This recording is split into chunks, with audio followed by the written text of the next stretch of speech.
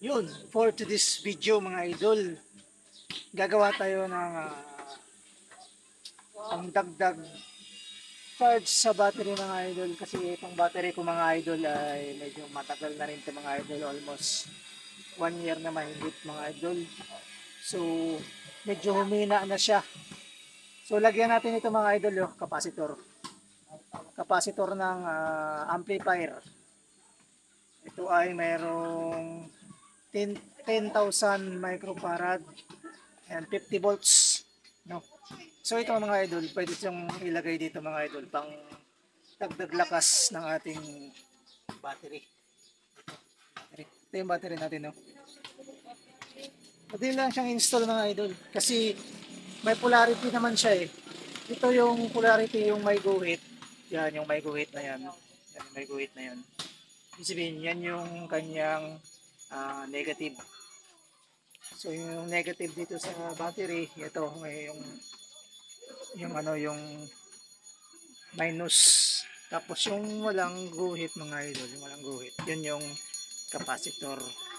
Capacitor niya, ang ano niya ay positive.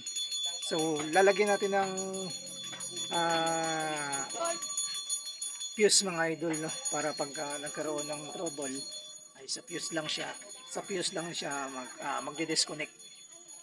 So tara mga idol, kapitan natin mga idol. So ayan, sa pag-install yan mga idol, ito yung positive ng battery, no? Yung may plus na yan, no? Diyan mo i-connect din tong positive natin. Ang positive natin sa capacitor mga idol ay itong may fuse. So dito mo siya i-connect. Ito na yung nakabang na wire mga idol. Dito siya i-connect diyan. Tapos yung kanyang positive mga idol, positive ng capacitor ay yung may guhit na yan. Dito rin sa kanyang positive, negative ng battery, negative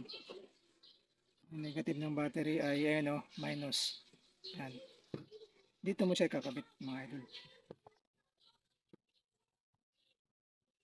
wala man maghawak.